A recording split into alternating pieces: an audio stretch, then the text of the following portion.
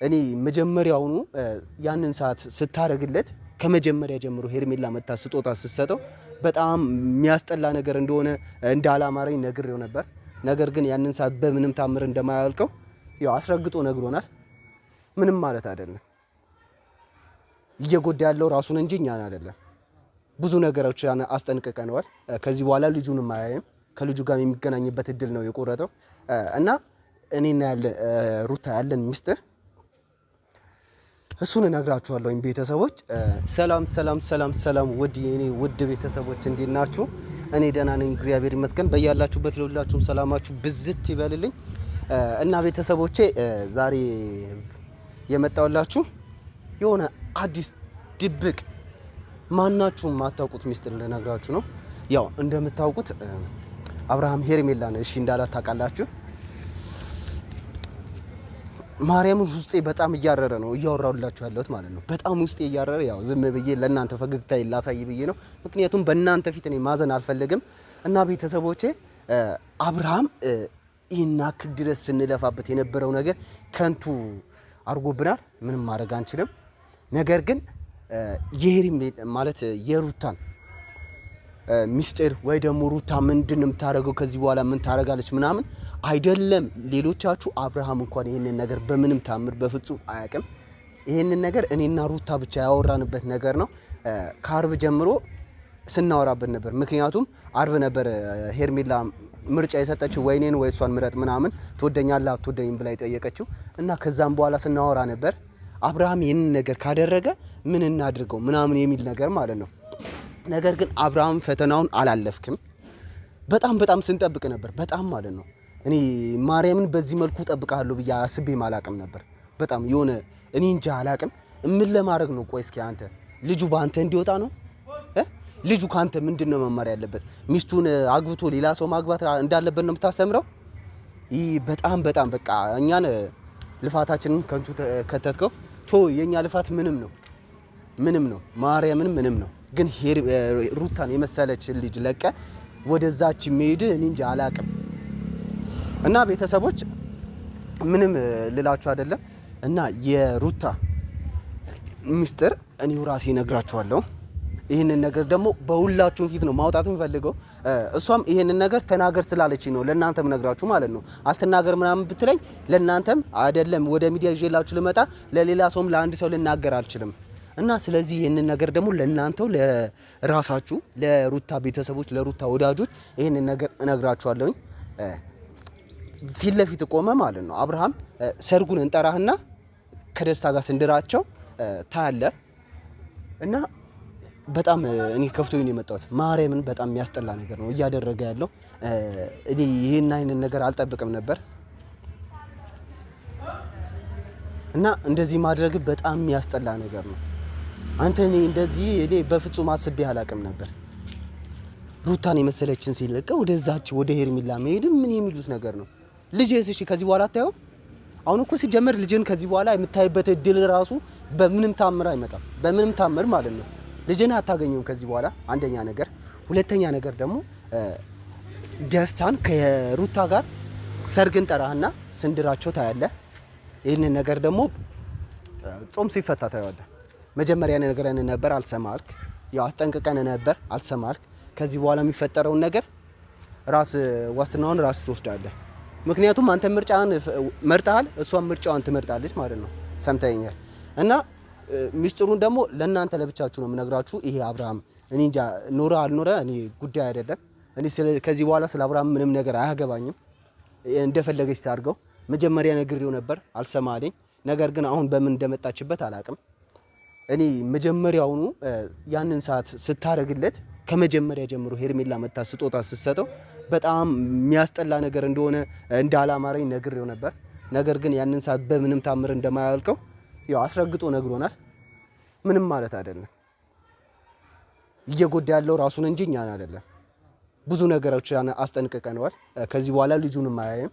ከልጁ ጋር የሚገናኝበት እድል ነው የቆረጠው እና እኔና ሩታ ያለን ሚስጥር እሱን እነግራችኋለሁ ቤተሰቦች። ትንሽ ብቻ የሆነ ውስጤ ላይ የንዴት ስሜት ስላለ ላውጣው ብዬው ነው እና ካልተናገራችሁት ያው ውስጣችሁ ላይ ቀርቶ ስለሚቀር እኔ በጣም ስለተናደርኩኝ ነው ወደ እናንተ ያመጣሁት እና ምንም ማለት አይደለም። አብርሃም ቀጥልበት፣ አሁንም ቢሆን ቀጥልበት። ላንተ ከተመቸ ለኛ በጣም ሲምፕል ነው። ለሩታ በጣም ደስታ ነው ይህን ነገር ማለት ነው። በጣም ደስታ ነው። ያኔ እኮ ከደስታ ስትርቅ አንተ አክብራክ ወይ ደግሞ ያንተን ይቅርታ ተቀብላ ነበር የራቀችው ማለት ነው። ነገር ግን አሁን ደግሞ ይሄንን ነገር አንተ ስላልተገበርከው ምንም ማድረግ አትችልም። ምርጫህን አንዴ መርጠሃል። ሁለተኛ እድል ይኖረኛል ምናምን እዛው በለመድክበት። ሁለተኛ እድል የተሰጠ ከዚህ በፊት ነበረ። አሁን ግን እድል የሚባል ነገር የለህም። ሰምተኛላ? እድል የሚባል ነገር በቃ በምንም ታምር የለም። እኔ ሰሞኑ መጣና የሄርሜላን ጉድ እነግርሃለሁ እያልኩኝ እኔ ከመቼው መጥቼ አንተ ጋር ልድረስ እያልኩኝ አንተ ይሄንን ነገር ተቀብለ እሺ ትላለህ እንዴ? ሄርሜላ ስንት ወንዶችን አገላብጣ ወደ አዲስ አበባ እንደሄደች ታውቃለህ? ይህንን ሁሉ ታውቃለህ። እያወቅህ ነው እኮ አንተ የምትገባበት ነገር ግን ራስህን ምን እንደሆነ አታውቅም፣ ምን እንዳደረገችብህ አታውቅም። ስለዚህ ይህንን ነገር ያው አንዴ መርጠሃል። ሁለተኛ እድል የሚገኘው እንግዲህ አላቅም ፈጣሪ ሲሰጥ ነው እንጂ ሁለተኛ እድል በሰው ላይ ሁለተኛ እድል የሚባል ነገር የለም። ሄርሜላ ሩታ ደግሞ ከዚህ በኋላ ምንም አትዘኝ። አንቺ ማዘን ምናምን ሲጀመር አታዝንም። አይታችኋታል። ተንቀባራ ነበር መልሱን እየጠበቀች የነበረችው ከፈለገ ይመልስ ከፈለገ አይመልስ ብላ ማለት ነው። ስለዚህ ሩታ የምታዝንበት ምክንያት ምንም የለም። ምክንያቱም ከዚህ በፊትም እርግጠኛ ሆና እየጠበቀችው ነበር። ይህን ነገር 50 በ50 እንደሆነ ወይ ወደ እሷ እንደሚሆን ወይ ደግሞ ወደዛች እንደሚሄድ ታቅ ነበር ሩታ ማለት ነው። እና ስለዚህ አሁንም ቢሆን ምንም ማድረግ አትችልም። ሩታ ደግሞ ከፈለገችው ሁሉንም ሰው እንደምታውቀው እንደሚወዳት ታውቃለህ። ከዚህ በፊትም አንተ ነበር የምታረቃቸው፣ ወንዶችን የምታረቃቸው አንተ ነበርክ። ያው ልክ የሆነ ወንድ እሷን ወዶ ሲመጣ አንተ ይቅርታ ምናምን እያልክ ትጠጋታለህ። ከዛም በኋላ ታርቃቸዋለህ። አሁን ግን ይሄንን እድል አይሰጥህም መጀመሪያ። ምክንያቱም እንደዚህ ምናምን ስትል በቃ የሆነ እድሉን ተሰጥቶ ይቅርታ አድርጋልህ ነበር። ይሄንን ሁሉ ያደረግነው ደግሞ እኛ ነበርን ይቅርታ እንድታረግልን። ምክንያቱም ያደረክልንን ነገር እኛ መርሳት አንችልም። አንተ የሆነ ነገር ስታረግልን እኛ በምላሹ ደግሞ ለአንተ የበለጠ ነበር ልናረግልህ የተዘጋጀ ነው ማለት ነው። እና ስለዚህ አሁንም ቢሆን ምንም ማድረግ አንችልም። ወደ አንተ ስንጠጋ አንተ ይበልጥ እየራከን ስለሆነ እኛ ከዚህ በላይ ምንም ልናረግ አንችልም ማለት ነው። እና ስለዚህ ቤተሰቦች እኔ በጣም ተናድጄ ነው ወደ እናንተ የመጣሁት።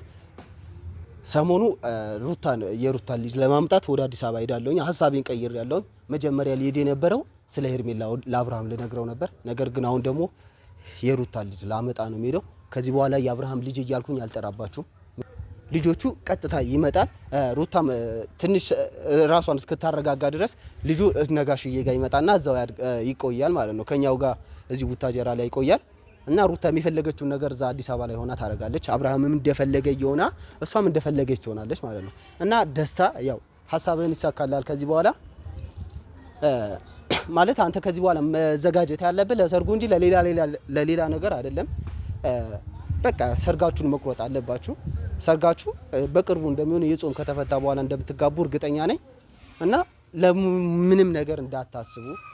ከዚህ በኋላ ያለውን ነገር አብርሃም ይመጣል በህይወታችን ምናምን እያልክ አንተ መጨነቅ የለብህም። አትጨነቅም። ከዚህ በፊት የነበረውን ነገር አውቃለሁኝ። ምክንያቱም አብርሃም በመጣ ቁጥር አንተ እየፈራክ እየራካት ስለነበር፣ አሁን ግን እንደዚህ አይነት የሚሆንበት ነገር ምንም አይኖርም ማለት ነው። እና ቤተሰቦቼ ዛሬ ይህንን ሚስጥር ደግሞ በቃ ለሁላችሁም እነግራችኋለሁ።